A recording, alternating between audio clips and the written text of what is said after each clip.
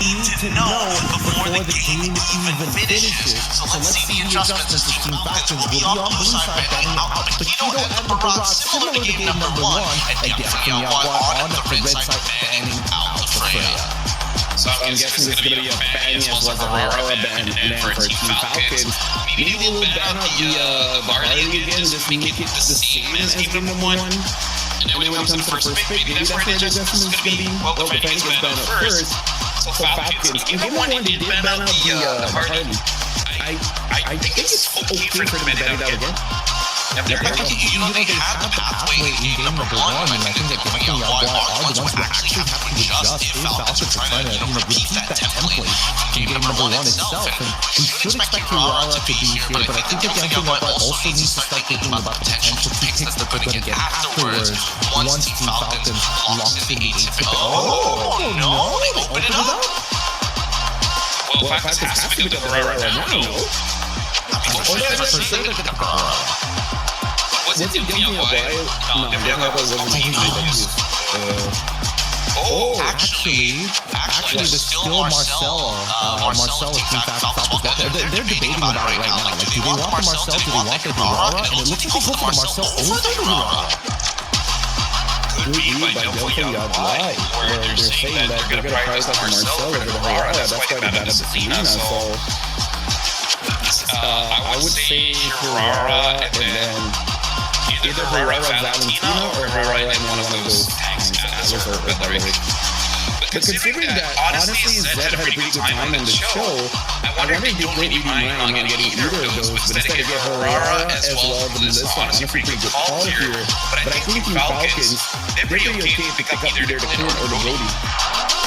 Both are completely fine in this particular situation. And since Paquito is gone, the Dutch Fighters is not going to be in play. Not that it will do much good in this particular case. The iframes will go away from me being the first showing here. Put down from Guai. Alright, so one tank of their own. Do they need to show anything else? They know that they're at least going to get that tank, and I think they want to kind of influence Ivy to pick up the Valentina overall, rather than, him playing on that Jushin again. He has been devastating, but I think that even Guai understands there's a pretty big possibility that they're not going to get the Farsa again. If not, it's going to get disrupted by a potential Lapu. Well, they're running the Nolan as well, again, as well as the Clint. So, in the previous game, the Nolan was able to virtual jungle many times. I think that's something that Guai should be able to stop here. So, I think maybe the Farsa is not really needed here. I think grabbing, like, an Atlas or a Valeric and then later on banning the Valentina might be the best thing for Guai. Yeah, I think that's the best avenue here. Yeah, I'm with you on that one. And definitely they're going to take their time to discuss. They still have plenty of time left on the clock to discuss other aspects of the game if that happens to be the particular pathway that they want to go to. It seems that the second half of the band, if they decide to go for it, one of them we've already stated, but what will be the second one? Do we want to just double down on getting rid of like all the mid-laners at this point, and then putting Haji on something really incredibly uncomfortable? It looks like the Eudora gets locked in for them. They should be the Valentina band. Then it's plus or also gonna get or ban both of those tanks so that definitely Guai can pick up the show again, right? Ban on the Valeric, ban on the Atlas. Basically don't care whatever flat as well as Haji is. Ooh, that's not a bad idea as well, actually. Wait, I'm dumb. They have Marcel. I'm dumb. They have Marcel. It's all good. They still can open up a lot, but I think the Valentina will be like the real tell whether or not they're still considering the kill or whether they're still going for that big AoE. This Alice has always come into the second phase here whenever they're on red side. You just don't want Flap to have like a guaranteed engage. Because I was thinking they're going to look for a Uranus as well as a Lapu ban here, so considering the ban of the Atlas, maybe they want the Uranus for themselves, because I feel like Falcons can work well with either Lapu or the Uranus. So now Team Falcons, they do ban out the Cho. What other good roamers Zed has used so far? I don't think much just yet. I don't think there's too much. And at this point, banning up like the Bellary or even the Atlas isn't like, it's kind of either or preference. Most people would lean into getting rid of the Atlas because of the unknown little mini stun that he has. But other than that, Bellary even has its own properties that are pretty frustrating to deal with too, especially when you want to do those like big fights around the turtle pit specifically. And we have it finally, Valentina gets banned out. Yeah, so I feel like after this, Guai will either pick the Lapu or the Uranus and then see what else is available for them to pick up in the roam. Because the Atlas is there, and they can pick it up. They know that Team Falcons will not pick up the Atlas or the Bellary. And honestly, if both are gone, I think it's not a bad trade for you to pick up something like a blue. So Falcons, I feel like Atlas might be the safest ban, because I think the Atlas is a bit more annoying than the Bellary. And then what do you like? You go... I don't know, but you don't know what the EXP matchup is going to be exactly. I would really like Lapu or Uranus here. Yeah, Lapu or Uranus here just for the denial and then kind of force Team Falcons into that kind of blue scenario. No, they go straight to Zora instead. Alright, let's leave it, leave it up to the point toss, leave it up to the mechanics of the team fight. I'm all down for it, considering that, Fish God has found angles. Sometimes he doesn't catch them, but hey, you don't always catch a fish every single time you throw the line. Well, the Barca has been picked up, so Team Falcons taking a bit of a Devil Guai's book to deal with this Melissa, as well as the Eudora. Guai has a very aerial kind of draft here with both the Eudora as well as Sora. Some may argue that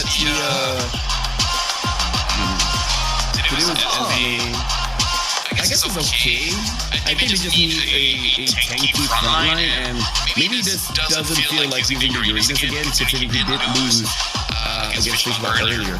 I mean, considering that they have like 3 forms of CC, it makes a lot of sense. But Dian is going to be the final pick here. It means an easy way to actually disrupt and, more importantly, cancel out the Feathered Airstrike if he is in position to do so. Now, there's a lot of ways for that Feathered Airstrike to get canceled out, but most of them, unfortunately, are really short range. It's going to be difficult to get into that position in the first place, assuming that Flap is able to kind of keep Fish God from actually leaving the lane. So that first movement here and hitting level 4 is going to be super important, and I would argue that Team Falcons probably don't want that first turtle.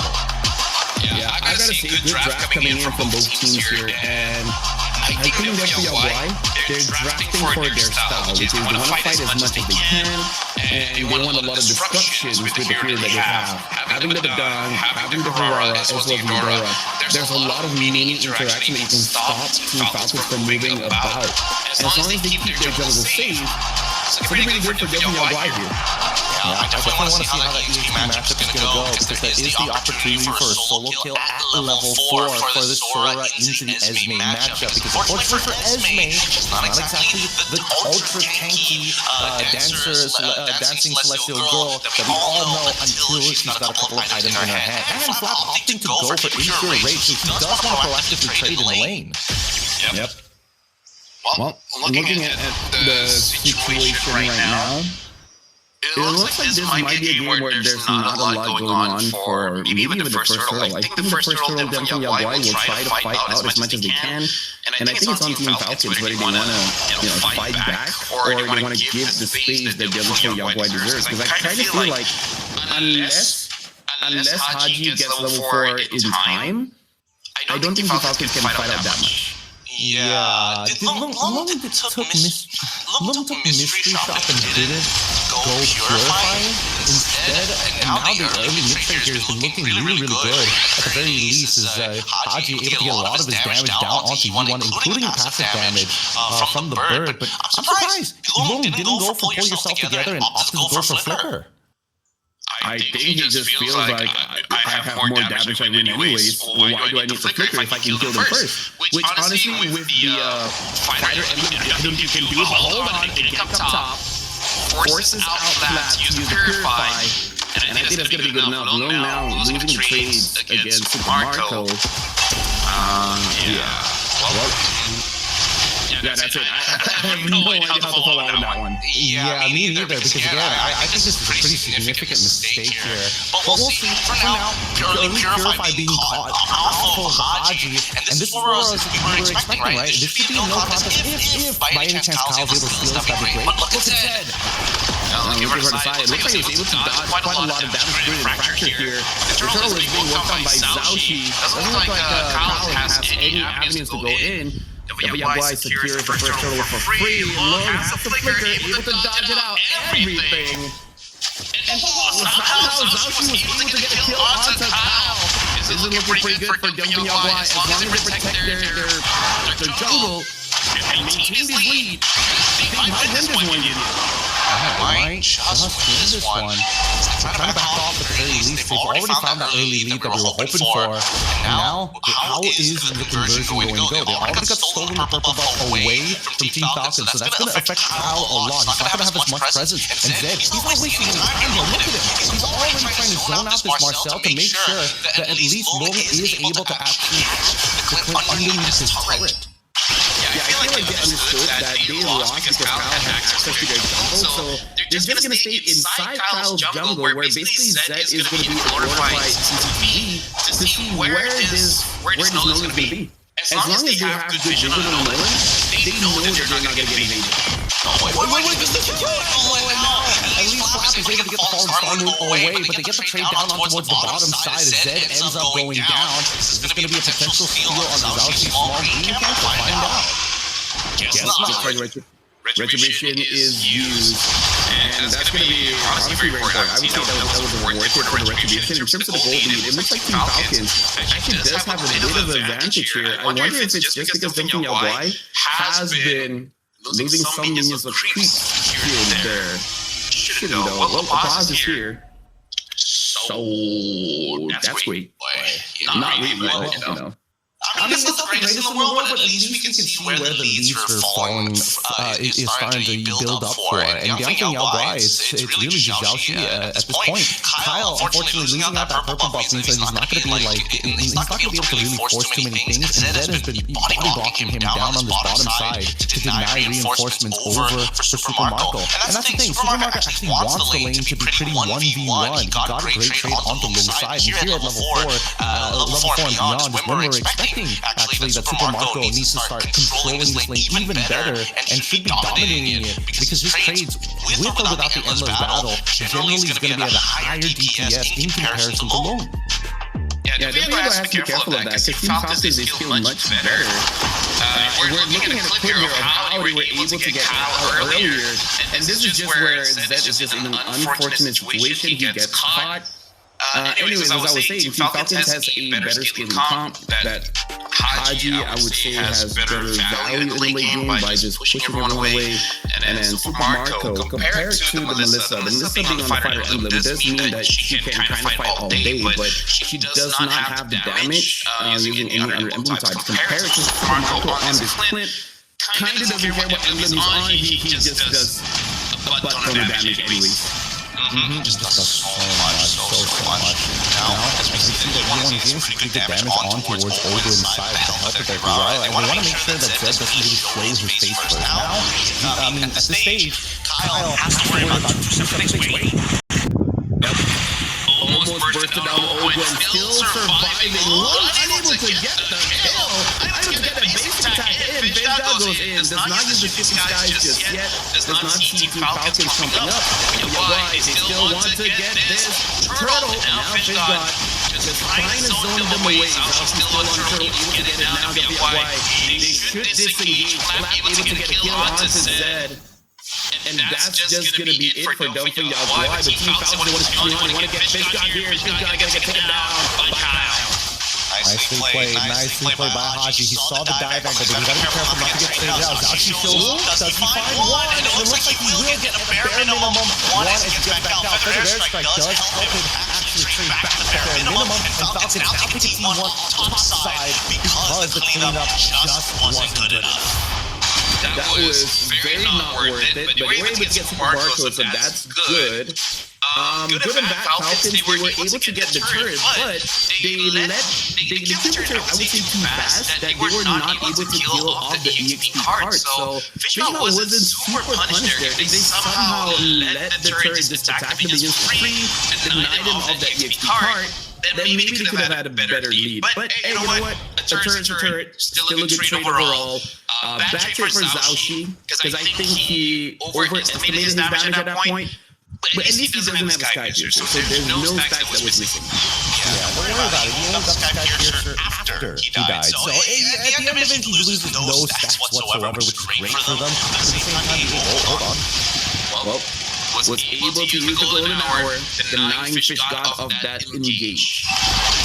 It's only going to get worse from this point onwards, right? Thunderbolt's already completed by Zed, so now he's trying to build up those stacks, and Owen at this stage still pretty squishy overall as Zed is starting to scale up pretty quick flicker from Marco though. Yep, still able to get Marco there. The damage is not going to be enough just yet. Haji is a bit right onto him, so both gold laners have took way too much damage in the bout. Looking at mid here, Team Falcons clearing up fast, and all the while Cal is getting free farm down bot. And I would say this is the strength of Cal ever since 24. Hold on, Owen. Keep there. Okay, Turtle secured by Kyle. Team Falcons able to extend their lead here. Almost 20k against Guai 18.4. Really good delay here from both Ogun as well. They're looking for just a little bit more. The Fallen Farmer doesn't land at the bare minimum, but Gotf looking for the punish. Able to get that purified. Zed trying to continue on the fight, but again, the damage was not enough. And look at his Kyle is stealing the creeps away, stealing away this purple buff. Oh no, he's just waiting for someone able to get long. Now Team Falcons have basically won the map. Yep, they've won the map. They should be able to get bottom tier 2 as well if they recognize, oh wait, Feng Guai denied them information. Purple buff is up, so he's going to wait. And until they show themselves, that's when we're going to see the inevitable push down on that bot side. And you can see even from Haji's POV, he's sticking close towards that bottom side. He is ready to dash into that direction with wings by wings when necessary. But right now, he's got full vision over the rotation of Dian Guai to protect this T2 side. So luckily, they are able to save it, and it's only a purple buff net for Kyle. Taking all the items so far. I think Gotf and Guai, they're just not able to use this Eudora to catch someone off and then giving a kill over to Zhaoxi compared to game number 1 where the Farsight just has burst damage but can do burst damage multiple times. Here it really is just one time up and then that's it. So that's quite a big change that they have to get used to in the second game. Look at Team Falcons, they're all pumping up, they're basically getting free turret up top, probably setting up hoping that the Lord next spawn will be down bottom so that they have that long lane advantage. I want to talk about the fact that E1 has a genius wand as his first item. He's going for the glowing as his second, but honestly, I think they needed just a better answer to Flat, because I don't think they're going to close the distance on Haji anytime soon. Yeah, no, I agree.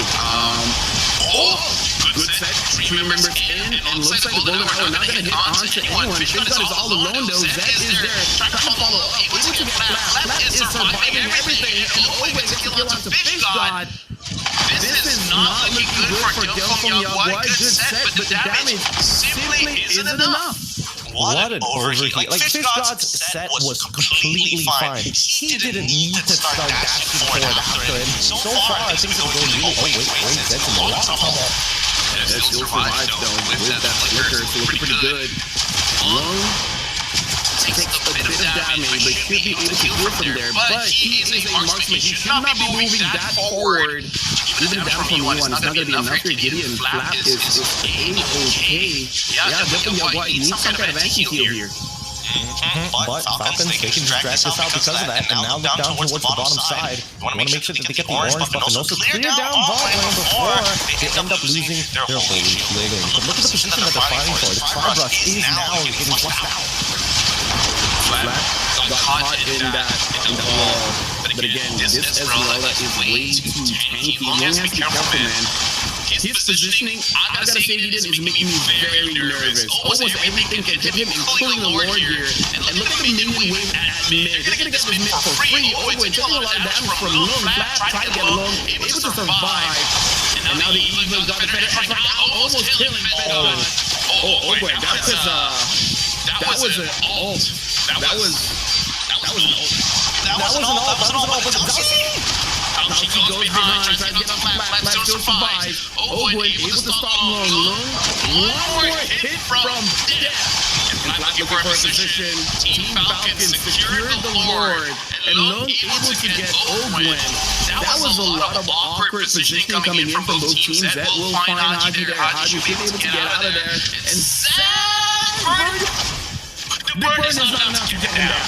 He breathes a sigh of relief. Obviously, though, they're trying to fight the bare minimum. He's got no backup whatsoever. Super Marco teaches him, no. It doesn't matter how tanky you are, I deal 2 damage. Please go back home. I want to still hold on to my flicker, and everything is okay. But I agree with you. It was a really awkward fight down from Guai. They gave up a lot of space, and they ended up getting chipped out by the Lord because Team Falcons were able to sustain through like a majority of the poke damage is being thrown out. Not to mention that Haji just refuses to show himself and holds on to that further airstrike until absolutely necessary. This Lord should be able to net them something, but let's find out how hard they're going to hit.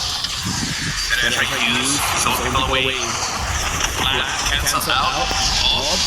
Coming in from his god, able to get Haji. Haji's all alone, but same can be said.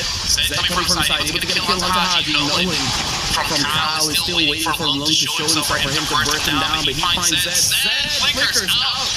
Unable to be saved. Guai gets killed though by Lung. Overall, better trade for Guai. Nice.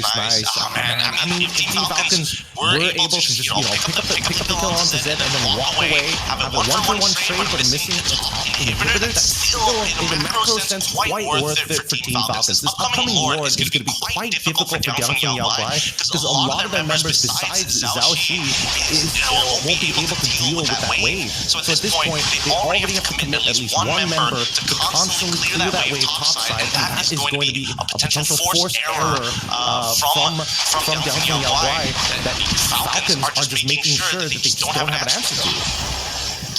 At this point, Dian, I kind of want to see a dominance ice on Fish God, because I really feel like E1 is not enough to apply the life bait onto Team Falcons, especially considering that Fish God always gets surrounded by everyone. The game's coming in from Flat stunned off, try to get onto Lung. Lung took 2 shots. Took quite a lot of damage. More damage is taken by Guai. So he'll use Guai, tries to get 2, able to get 2 into that golden hour, and then Flat goes in, Flat gets caught, using the purify in the backline. Zed catches the members of Team Falcons, he wants to kill. Same as Lung, not only 2 members from Falcons is alive, they're chasing for Flat. Kyle is too far away, and now Guai, amazing flank from both Zhao Shi as well as Zed. I gotta look at that ball one more time. I'm pretty sure that Lung somehow tethered Guai and was still getting auto attacks off. I'm not 100% sure the damage went through, but we'll double check the log afterwards. But now, at least Fish God is able to protect that top side, not let it shove all the way into the turret. And because of these 3 deaths from the side of Team Falcons, Guai should net themselves the Lord, and they desperately need to get an inhibitor here off of Team Falcons if they want to even out that pressure. Rather a 50-50, rather than nothing at all as Guai secure the Lord. Yeah, honestly, a VOD would be pretty nice because it does seem like Team Falcons, they were able to get quite a lot of abilities coming in from Guai by using the Feather S-Right. But again, I'm not sure, perhaps Zed alongside with Zhao Shi was able to use the concealing for all of those chaos, a lot of, explosion, fireworks, and the likes. They just didn't notice that a wild Padang as well as this Aurora just came through and then got the majority of the kills. And now it's going to be the nice slow push here for the side of Guai. They're not synchronizing the waves. They want the traditional front to back. And with the base open, they're hoping that Haji would at least use the feather airstrike to try and cut down the slide. But he's not going to use it. He's holding it, and now he's trying to zone him. Able to get quite a lot of damage on the board, so this could be pretty safe here.